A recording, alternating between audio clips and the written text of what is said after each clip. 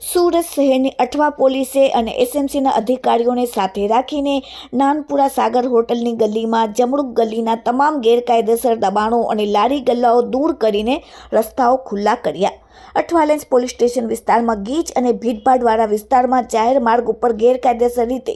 લારી ગલ્લા ઊભા રાખી દબાણ કરતા ઇસમો વિરુદ્ધ સુરત મહાનગરપાલિકાની દબાણની ટીમે લાલ આગ કરી. સુરત પોલીસ કમિશનર અનુપમસિંહ ગેહલોતના આદેશ મુજબ સમગ્ર સુરત શહેરમાં કાયદો અને વ્યવસ્થા જળવાઈ રહી અને કોઈ ગેરકાયદેસર પ્રવૃત્તિ ન થાય અને કોઈ જાહેર સરેઆમ માર્ગ પર ગેરકાયદેસર દબાણ ન કરે અને આવું દબાણ કરનાર વિરુદ્ધ યોગ્ય કાયદેસરની કાર્યવાહી કરવા માટે તેમજ સુલેહ શાંતિ જળવાઈ રહે તે હેતુસર પૂરા પ્રયત્નો કરી ગુનાહિત પ્રવૃત્તિ ડામવા સૂચના અને માર્ગદર્શન આપેલ છે, જેથી જાહેર સરેઆમ માર્ગ પર થતા ગેરકાયદેસર દબાણોને લીધે વાહન વ્યવહાર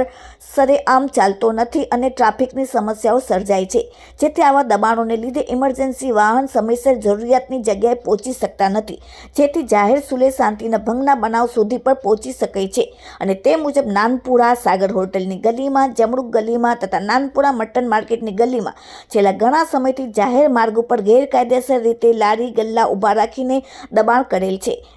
જે લારી ગલ્લા હટાવવા માટે સુરત મહાનગરપાલિકા દ્વારા ઝુંબેશ હાથ ધરવામાં આવેલ છે, જેના કામગીરીના ભાગરૂપે આજે અઠવાલાઇન્સ પોલીસ દ્વારા તેમજ એસએમસીના અધિકારીઓને સાથે રાખીને ચુસ્ત પોલીસના બંદોબસ્ત સાથે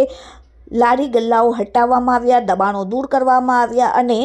રસ્તાઓ ખુલ્લા કરવામાં આવ્યા. અઠવાલેન્સ પોલીસ સુરત મહાનગરપાલિકાના સહયોગથી ભીડભાડા વિસ્તારમાં ટ્રાફિકની સમસ્યા હળવી કરવા માટે એસીપી સાહેબ, ડીસીપી સાહેબ, પીઆઈ હુદુદ સાહેબ તેમજ અઠવાલેન્સ પોલીસ સ્ટેશનના પોલીસ સબ ઇન્સ્પેક્ટર મહિદા સાહેબ તેમજ સુરત મહાનગરપાલિકાના તમામ અધિકારીઓને સાથે રાખીને લારી ગલ્લાઓ દૂર કરવામાં આવ્યા, મોટા મોટા બેનરો લઈ જવામાં આવ્યા તેમજ વચ્ચે જે ઝૂંપડાઓ હતા તેને પણ ડિમોલિશન કરીને મોટા રસ્તાઓ પહોળા કરવામાં આવ્યા અને દબાણની કામગીરી કરવામાં આવી અને રસ્તાઓ પહોળા ખુલ્લા કરવામાં આવ્યા. Bureau report, daily India TV, Surat.